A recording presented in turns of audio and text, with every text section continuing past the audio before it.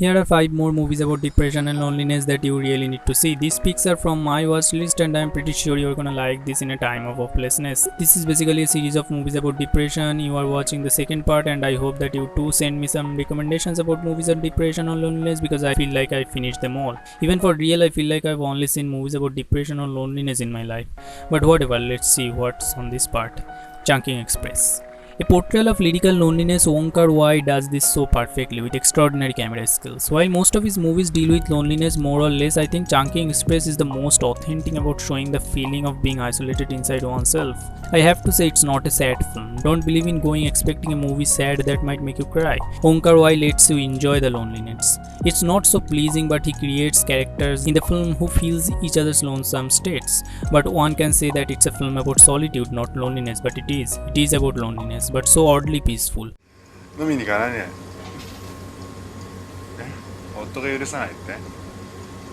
お前いつ結婚したの？5年前？じゃあ5年間待ってないんだ。子供は2人いんのもう。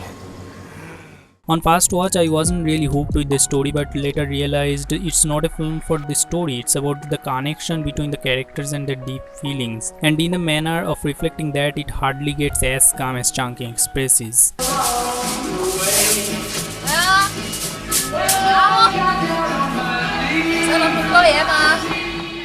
Fight Club. Barely ever a movie has been made that perfectly brings out the aggression out of depression. Here the story is of an insomniac officeman meeting an aggressive man in a plane and getting to join his Fight Club. Here's the thing, you seriously need to stop saying we shouldn't talk about Fight Club and find it funny. It's old, like literally. So as this office guy finally gets to know Fight Club, he starts discovering himself in a different light under the philosophies of Tyler Durden. First, you have to give up. First, you have to know, not fear, know. Someday you're gonna die. You don't know how this feels.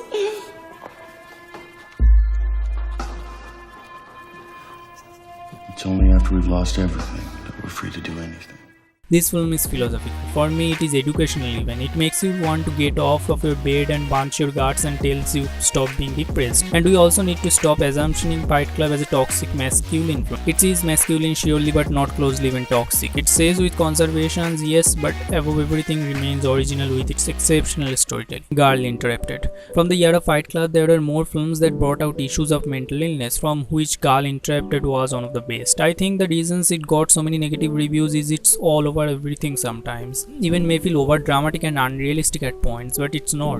Girl Interrupted is a film of few girls in a mental institute and their lifestyle and traumatic past. Angelina Jolie got her Oscar from this one, and that was the only reason I saw this film. Also because Winona Ryder was good looking. That's great. Wow. You know, I know all about you, and I hope they put you away forever.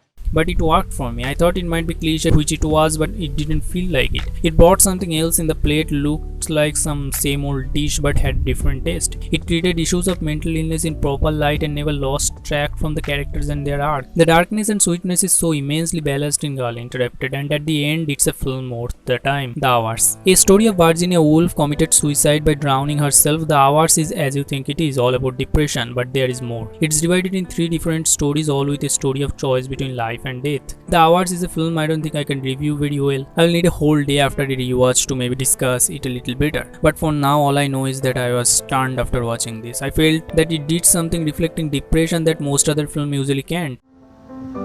I don't think two people could have been happier than we've been.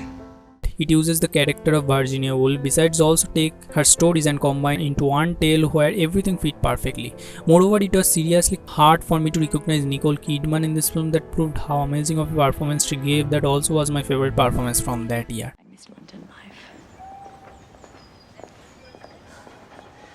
This is not you speaking, Virginia. This is an aspect of your illness. It's not you. It is my voice. It's not your It's voice. mine and mine The alone. voice that you hear. It is not. It is mine. I'm dying in this town.